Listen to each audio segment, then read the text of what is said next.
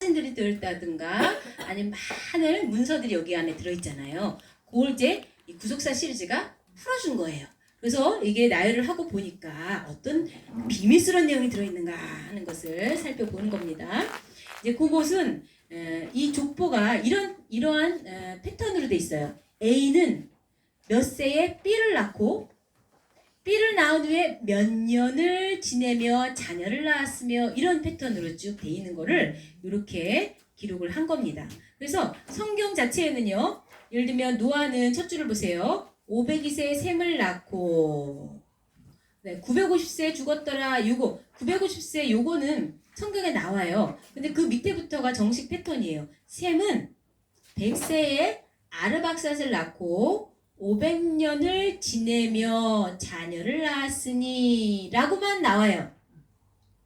성경에 직접 몇 살을 살았다까지는 안 나와요. 요 몇 살을 살았다는 더하면 되는 거죠.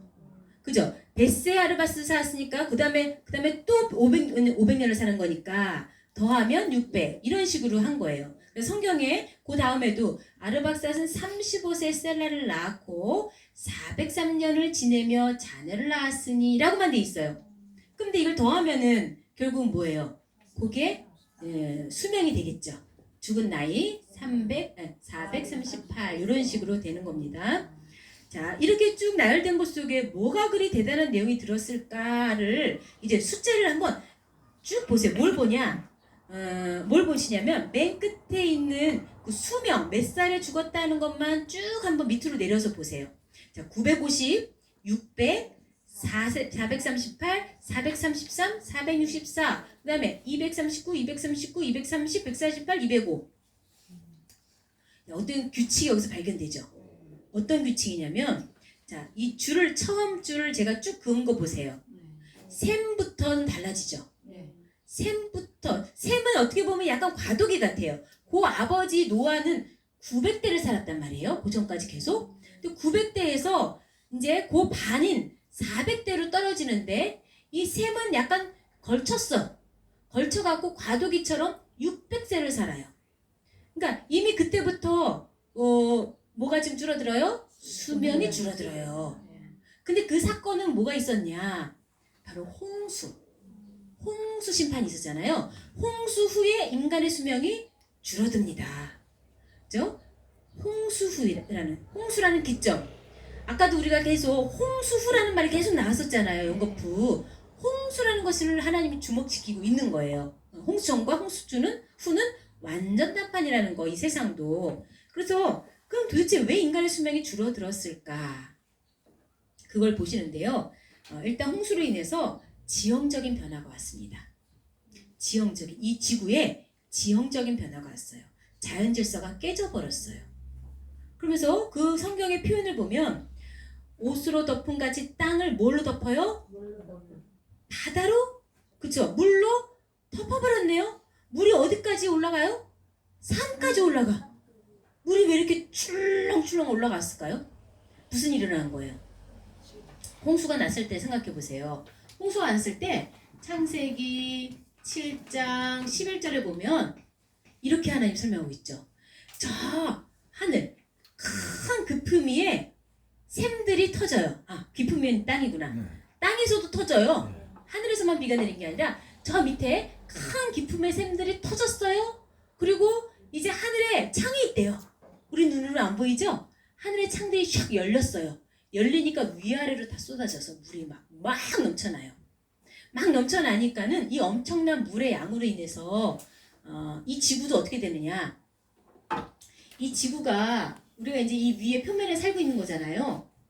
근데 여기에 물이 이렇게 이스크스크하니 물이 어마어마하게 저 위에서도 요 밑에서도 쏟아 오르니까 얘가 출렁출렁해요. 출렁출렁. 그러면서 무슨 일이 일어나느냐?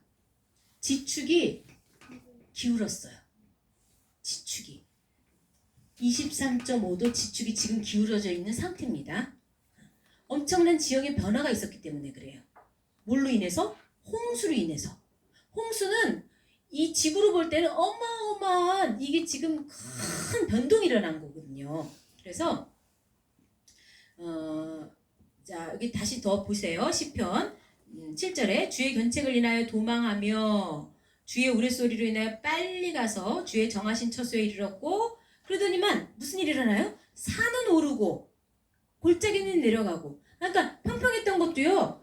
얘가 쭈글렁하고 되면요. 이렇게 압력이 가해지면 어떻게 되는 줄 아세요? 이렇게 휘는 거예요. 융기가 일어나고 그렇죠? 또 밑으로 꺼지기도 하고 이렇게 되는 거죠. 이렇게 자꾸 그러니까 지형이 지금 많이 변화된 거예요. 우리도 왜 과학적으로 보면은 중간에도 어떻게 보면 이제 이 대륙이라는 게 큰 물 위에 또 떠 있다고 볼 수 있어요. 우리는 작은 섬들만 떠 있다고 생각하지만은 전체로 볼 때는 그죠? 물 위에 떠 있는 큰 대륙이래요.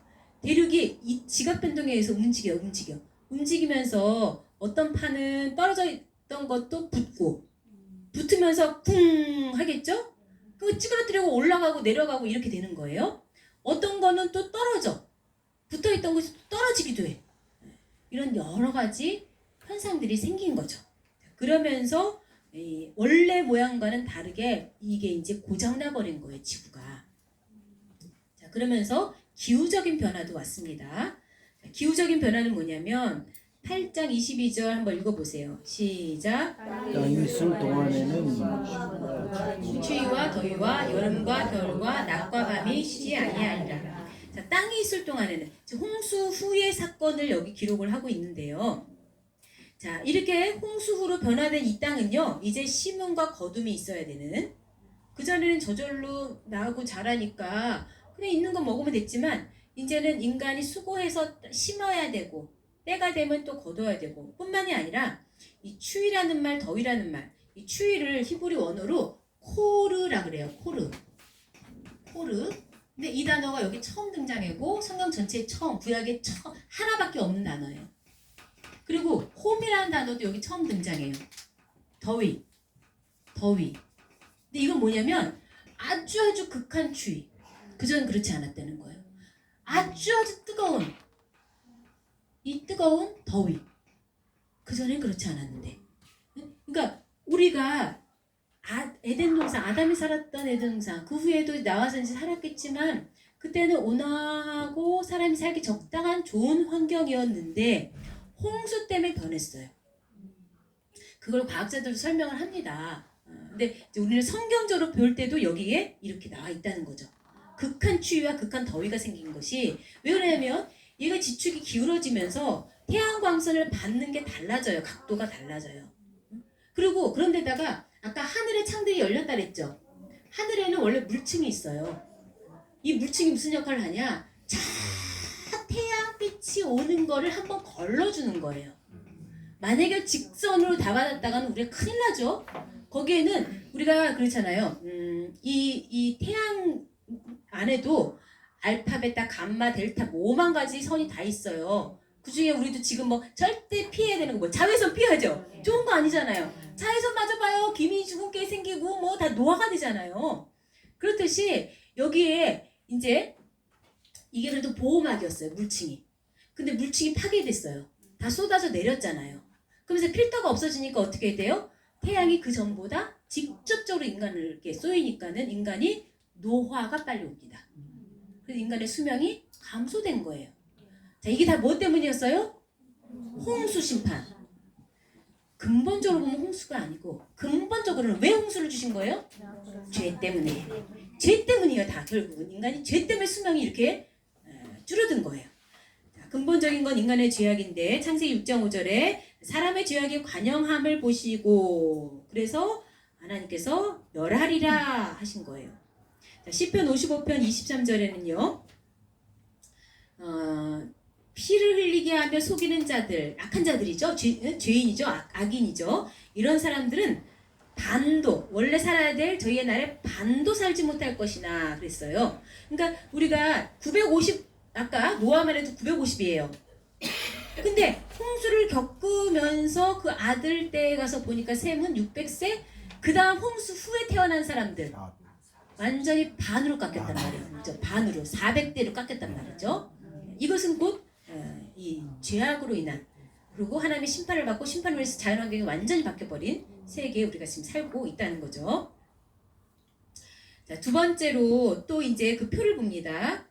표를 봤을 때 아까 400대까지 봤어요. 근데 200대로 깎이죠. 누구부터? 벨렉부터.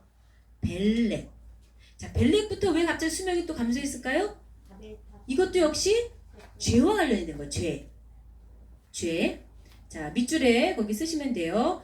벨렉부터 수명이 감소했는데 수명 단축은 죄와 관련이 있어요. 그래서 여호와를 경외하면 장수하는데 악인의 연세는 뭐하느니라? 짧아지느니라. 악인은 잘 되지 못하고 장수하지 못한다 그랬어요. 그럼 벨렉 시대에 무슨 일이 있었을까? 자, 다른 것은 보통은요 이 족보라는 게 아주 단순하게 이렇게 패턴을 따라서 정리를 해놓는데 특별히 부과된 설명에 주의하라 그랬어요. 여기는 왜 더 다른 것보다 설명이 더 있지? 이 말은 뭐지? 그거에 하나님이 주목하게 하시는데 특히 이제 벨렉 때 뭐라고 되어 있나 보세요. 에벨은 두 아들을 낳고 하나의 이름을 벨렉이라 하였으니 그때에 뭐 했대요?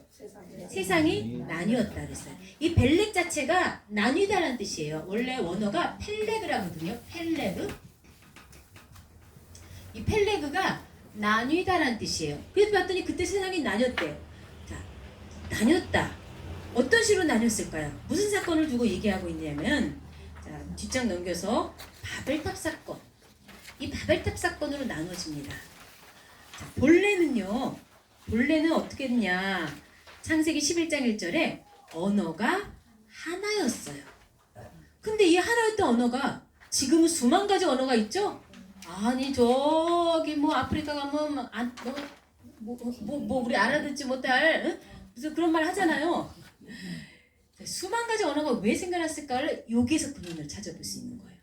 바벨탑 쌓을 때 이게 언어가 하나다 보니까 지네들이 이렇게 다 뭉쳐갖고 하나님을 대적하는 일 하네, 인본주의적인 일 하네, 지들끼리 뭉쳐갖고 지네들이 이 땅을 막 정복해갖고 지들끼리 왕노릇 하려고 이렇게 됐잖아요. 그랬더니 6절에 보면 여호와께서 가라사대 이 무리가 한 족속이고 언어도 하나이므로 이같이 했으니까 이제는 금지할 수 없으니까 언제 금지하려면 어떻게 해요? 언어를 나눠버려야 돼요. 그래서 7절에 보면 그들의 언어를 혼잡케 하셨다 그랬어요. 7절은 여기 안 나와 있지만 7절은 그들의 언어를 혼잡케 하여 그들을 서로 알아들을 수 없게 만들었어요. 알아들 수 없으니까 어떻게 해요? 망치 갖고 와 그랬는데 갑자기 무슨 시멘트를 가져와. 여기를 갖다가 잘 쌓아올려 했는데 막 못 알아먹으니까 막 흐트러뜨려. 안 되는 거예요. 그래서 하나님께서 이걸 막으신 것이 언어를 흩으셨면서 9절에 보니까 온 지면에 흩으셨더라. 이렇게 이제 어떻게 소통을 하려니까 말이 통하는 사람이 모일 수밖에 없는 거죠.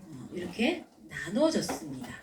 그렇게 나눠진다고 할 때 이 자체 바벨탑 이 사건이 굉장히 하나님께 대적하는 죄악이잖아요.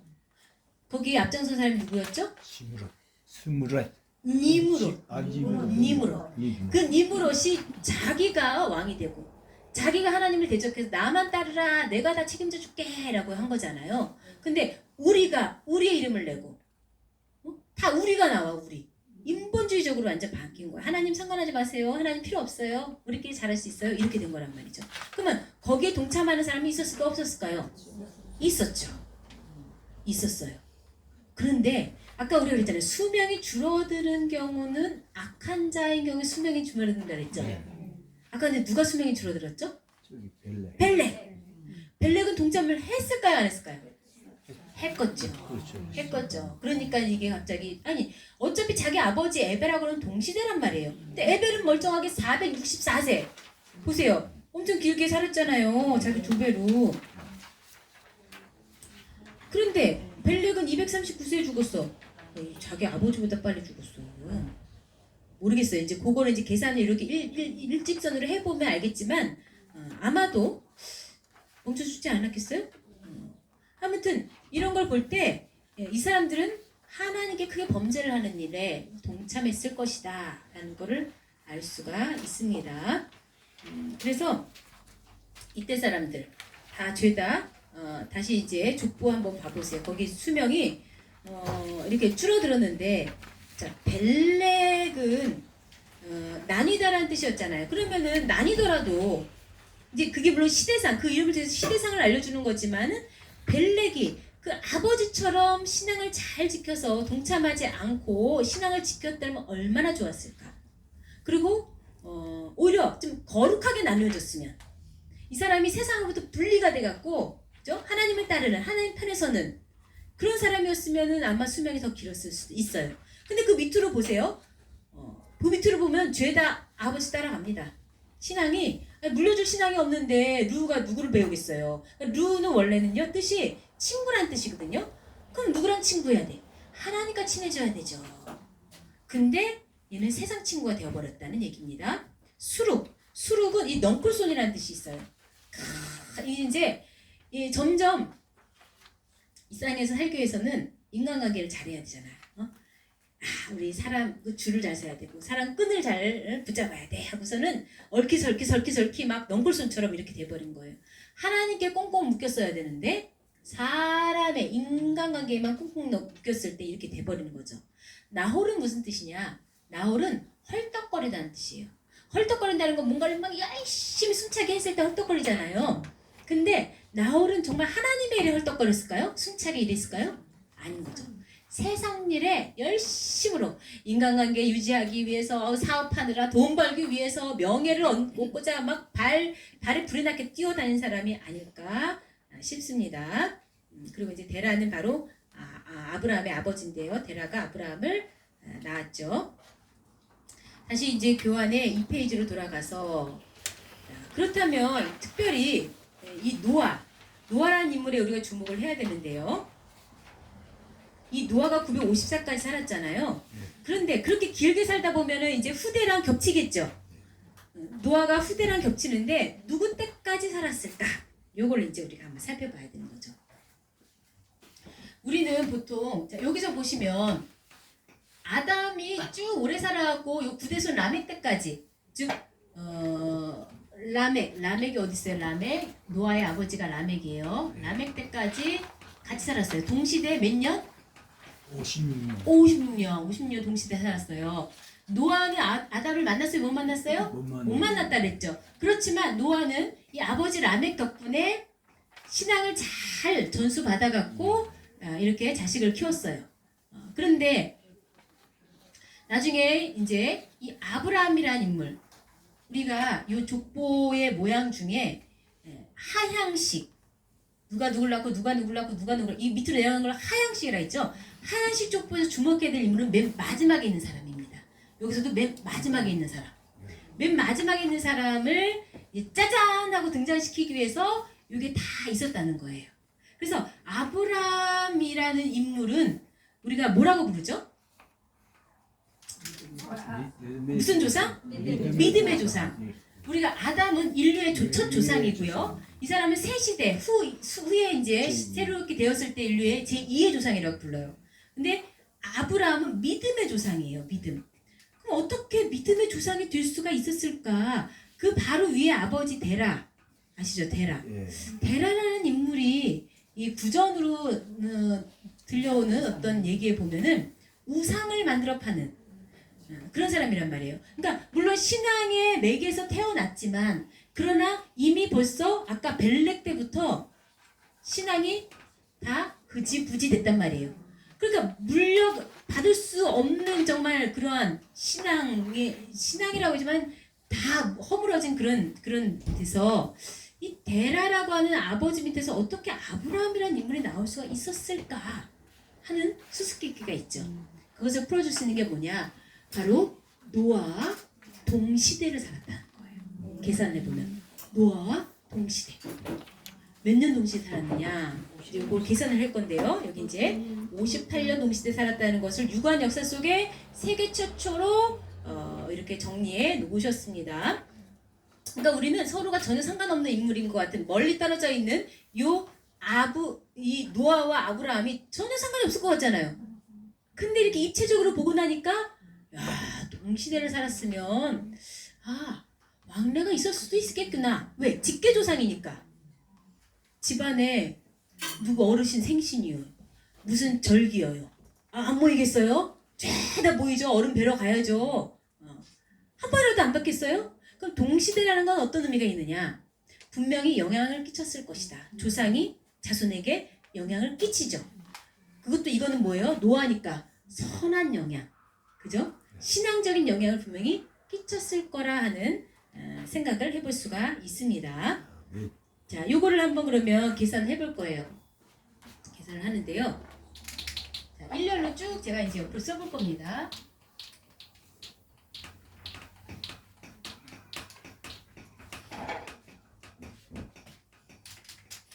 자, 노아부터 시작해서 노아가 누구 낳았어요? 셈, 아르박사, 셀라, 에베, 벨레, 보이시나요 이게? 벨레, 루, 점점 안 보이네. 루, 수루, 라훌, 데라, 아브람 보이시나요? 예. 자, 그래서 쭉 지난번에 창세기 5장 했던 것처럼 계산하시면 돼요. 어떻게 계산하시냐면은 노아가 몇 살 때 셈이 태어났죠? 아까 우리 계산했는데요. 502세. 아, 그렇죠. 그렇죠? 예. 502세 태어났어요. 예. 자, 셈이 아르박살 몇 살에 낳았나요? 100세. 아까 홍수 2년 100세라고 했잖아요. 그리고 아르박살 셀라를 몇 살에 낳았나요? 35. 자, 여기서부터는 쉬워요. 어떻게 쉽냐면은 35, 30, 34, 30, 32, 30, 29, 70 이렇게 되는 거예요. 네? 35, 30, 34, 30, 32, 30, 29, 70. 뭐 지금 이게 눈에 안 보이지만 나중에 이게 규칙이라는 게 조금 있어요. 그러면 이제 아브라함이 태어났을 때 노아가 몇 살이었을까를 계산하면 돼요. 그러기 위해서는요. 자, 노아는 나이를 먹어갑니다. 여기까지가 502세고 그럼 아르박스 태어났을 때는 더 더하면 되잖아요. 그죠? 여기까지가 몇 살이에요? 602세가 되는 거고 또 여기까지 오면은 몇 살이 되는 거예요? 637, 637. 그 다음에 667. 벨렉 태어났을 때는요? 701, 701? 701이에요. 그 다음에 루가 태어났을 때는요? 731, 732. 그 다음에 763, 763. 793, 그 다음요? 732. 맞는 거예요? 왜 갑자기 줄어들었어요? 793에서 아닌가? 아니면 800이죠. 800으로 832? 812. 어? 29니까 29니까 3하고 9하면 2잖아요. 812? 812. 882. 여기는요? 882. 아, 822지. 그죠? 22죠? 네, 22. 22예요. 여기는 892. 892. 아, 계산 잘하셨습니다. 자, 아브라함이 태어났을 때 노아 나이 몇 살? 892. 자, 확인해 보세요. 아브라함이 태어났을 때 노아 나이 892. 아, 계산 잘하셨네요. 그죠? 자, 그런데 자, 보세요. 노아가 몇 살까지 살았어요? 950. 950은 여기라고 할게요. 아, 네. 950. 950살까지 살았으면 자, 요때 노아가 890이 됐을 때 응애 누가 태어났다고요? 아브라함. 아브라함이 이제 태어나 자라는 걸 봅니다. 그래서 요 겹친 요 기간은 950에서 892를 빼면 돼요. 그렇죠? 952에서 892를 빼면 950에서 892 빼면 그게 58년이 되는 거죠. 아브라함이 58세 때에 노아 할아버지가 돌아가셨어요. 이렇게 계산을 하시는 겁니다. 자, 그래서 자, 2번까지 해결이 됐죠. 2번. 그 노아가 950세 죽을 때 58년 동시에 살았다. 근데 그걸 홍수 기점으로 살 수도 있어요. 무슨 얘기냐면 지금 우리는 이제 여기서부터 쭉 이렇게 또 이거를 또 해내는데 노아는 홍수 몇 살까지 살았다라고 돼 있냐면 성경에 350년. 노아는 홍수라는 기점으로 홍수 후 350년을 더 살았대요. 그러면 홍수가 어디 있어요? 홍수. 셈이 아르박사스를 낳았을 때가 홍수 후 2년이잖아요. 예. 여기가 홍수란 말이에요. 예. 가만 있어봐. 요 때가 아르박사를 낳은 게 홍수 2년이죠. 여기다 홍수를 해야 되겠구나. 홍수 후 2년 있다가 아르박사스를 낳았다 그랬어요. 이제 이해하시죠? 그러니까는 2 더하기 조금 줄었어요. 아까랑 별 차이는 없지만 2 더하기 이거 더하기 이거 더하기 홍수를 기점으로 다 더하는 거예요. 그러면은 292가 나와요. 292. 근데 노아는 홍수 350년까지 살았는데 이후에 누가 태어났다고요? 셈. 아브람 태어난 거를 구한 거예요. 아브람. 지금 이해 못하셔도 나중에 또 골똘히 생각하시면 돼요. 그래서 여기서 요 사이 350 빼기 292 저 큰 숫자 빼는 것보다 요게 더 쉬울 수도 있으니까 350 빼기 292 하면 58년 나온다는 그 내용입니다. 자, 가로 2번. 하나님께서 왜 그럼 노아를 950년까지 살게 하셨을까요? 자, 뭐가 전수되길 원하는 거예요? 지금 계속 뭐가 전수돼? 신앙이 전수되는 이게 지금 요 라인이란 말이에요.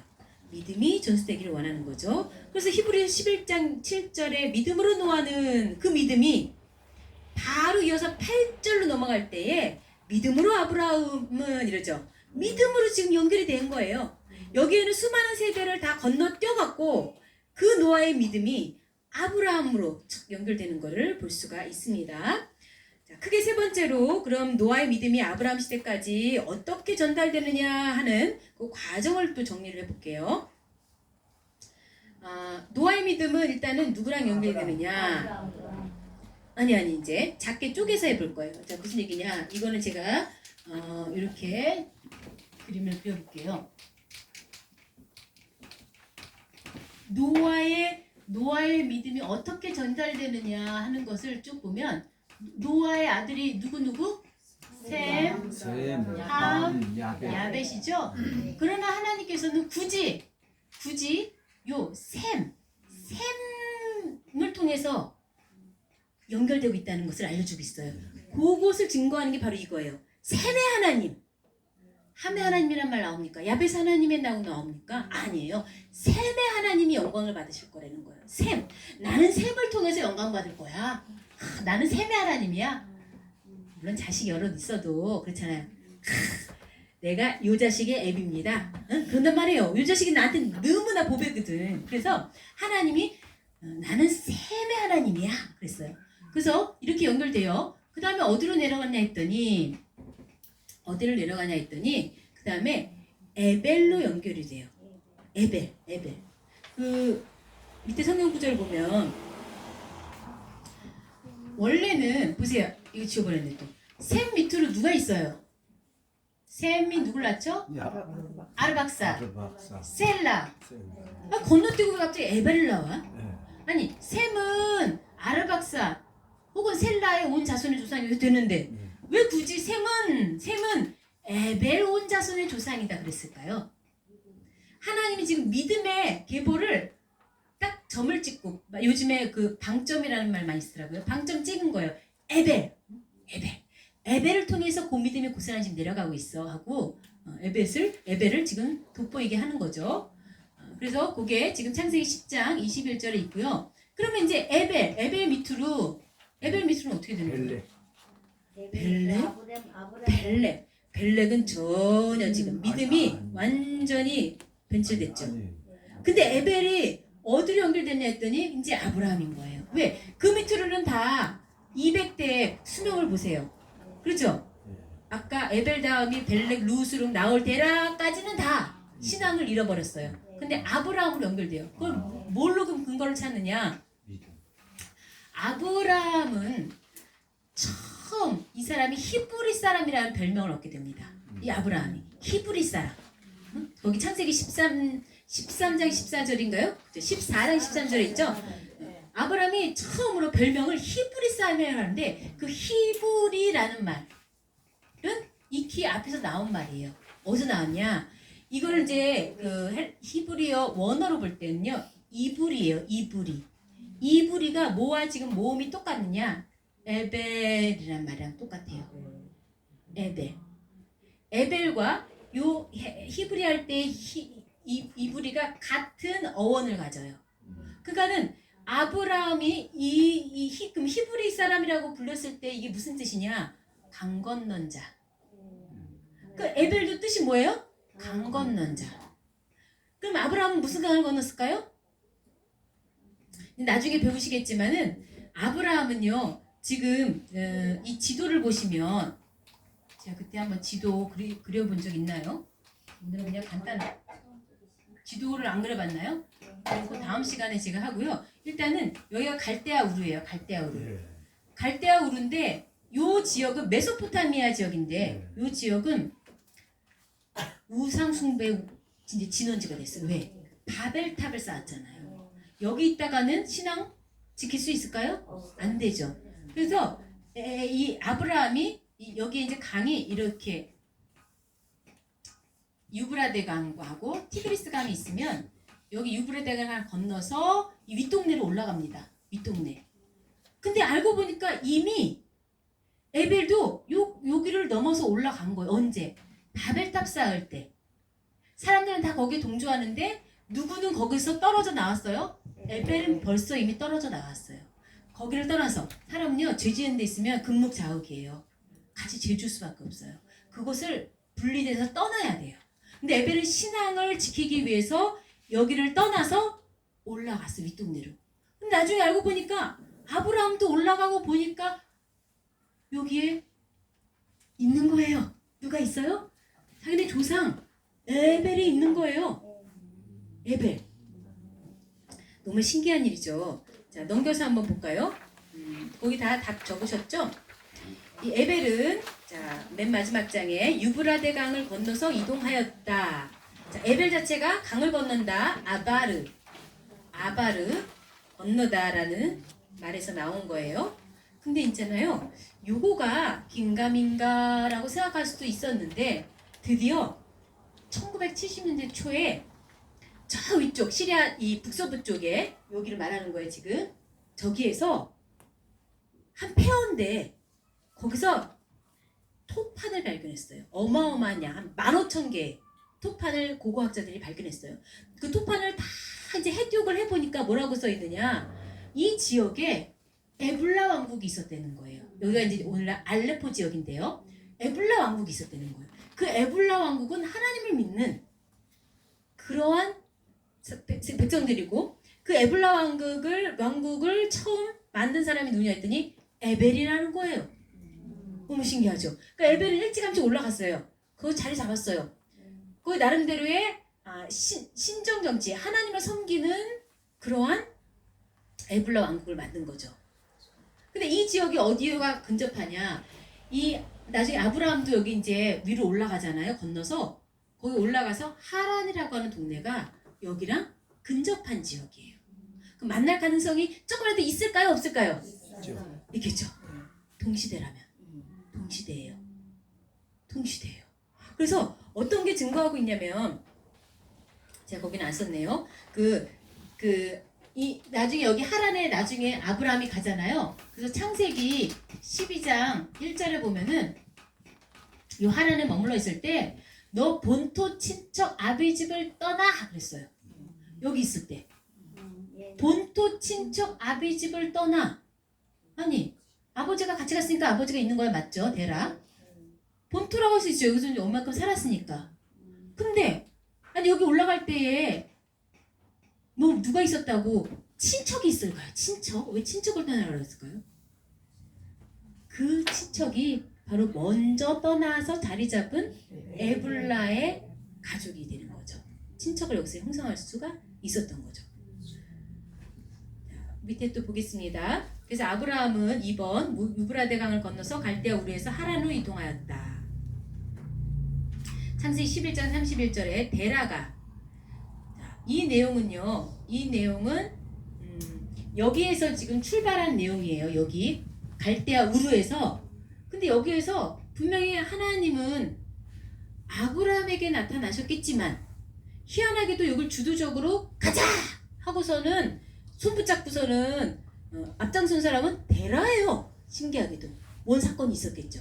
그래서 주어를 보세요. 데라가 누구를 데리고? 아들 아브람, 손자 롯, 자부 데리고 갈대아 우르에서 떠나 어디로?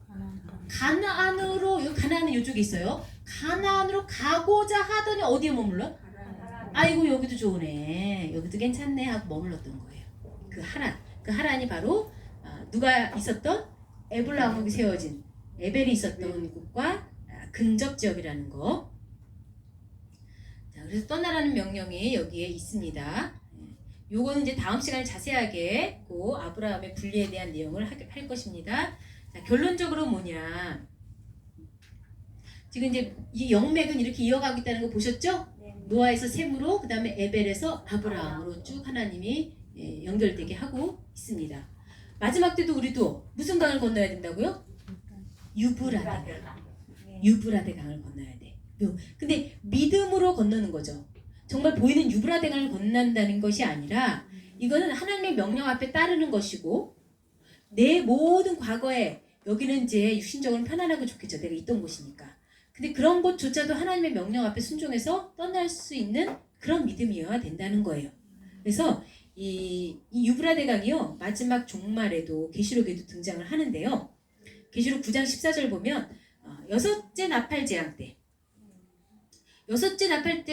때에도 큰 강 유브라데에 결박한 네 천사를 놓아주라. 네 천사가 뭐 하냐면요, 그 다음 절 15절, 여기는 안 썼지만 15절에 보면 요 네 천사가 사람 3분의 1을 죽이기로 돼 있어요. 사람 3분의 1인데 마병대수가, 죽이기 위한 마병대수가 2만만이에요. 2만만이면 얼마큼인 줄 아세요? 2억. 사람을 3분의 1 죽이기 위해서 2억의 마병을 데리고 지금 있단 말이에요. 이 네 천사가. 그럼 무시무시한 일이 있는데 그게 어디에서? 유브라데에서 일어나요. 유브라데는요, 천국 곡간이라는 뜻이 있어요. 천국 곡간. 그러니까 마지막 심판. 곡간은이라는 건 뭐예요? 알맹이만 들어가죠? 알맹이, 알고. 또 계시록 16장 12절 거기 보시면 이건 이제 여섯째 대접 재앙이 지금 쏟아지는데요. 그 쏟아지는 곳이 또 유브라데예요. 거기다가는 안 되겠죠. 그 강물이 마른데요. 동방에서 왕들의 길이 예비되더라. 강이 있으면 못 와요. 저 쳐들어올 것들이 이 강이 자체가 하나의 이 방어를 해준단 말이죠. 근데 강이 말라버려. 얼씨구나 때가 됐다 하고서는 저 동방의 왕들이 다 공격해 오는 거예요, 지금. 그래서 오늘 여기까지 이제 볼 때에 이 아브라함이 지금 새로운 중심 인물로, 구속사의 인물로 등장을 합니다. 그래서 하나님이 아브라함한테 도대체 무슨 일을 하실까? 그리고 그러면 이 맥이 이렇게 되는 거를 볼 때 우리는 뭔 상관이 있어요? 우리도 셈 자손이긴 해요. 그렇지만 우리가 아브라함 자손이에요? 아브라함 자손이에요. 왜 그래요? 왜 그래요? 갈라디아서를 보니까 갈라디아서 3장 7절에 믿음으로 말미암은 자들은 아브라함의 아들이다, 이렇게 말씀을 하고 있습니다. 그래서 우리가 진짜 아브라함의 아들이 되려면 부전자전이라고 아버지 닮아야죠. 아멘. 그러다 보니까 아브라함의 행사를, 아브라함이 어떤 모습의 신앙을 가졌는가를 연구하고 살펴봐야 되겠죠. 아멘. 그래서 앞으로 닮아가는 저희들 되시기를 바랍니다. 아멘. 기도하고 마실게요. 사랑이 많으신 아버지 감사합니다. 아버지요, 두 시간에 걸쳐서 이렇게 귀한 구속사를 배웠습니다. 하나님께서 영맥이 끊어지지 않게 이렇게 아담에서, 그 다음에 노아를 통해, 또 노아의 자녀 셈으로 인하여 아브라함까지 이어지는 것을 봤을 때 이제 오늘날 저희들이 아브라함의 자손이 되어서 그 믿음을 이어가게 하여 주시옵소서. 아멘. 놀라운 믿음으로 날마다 승리하며 날마다 아버지를 기쁘게 해드리는 우리 모든 사역자들 되게 하여 주시옵소서. 아멘. 감사하며 예수님의 이름으로 기도 올리옵나이다. 아멘. 아멘. 하나님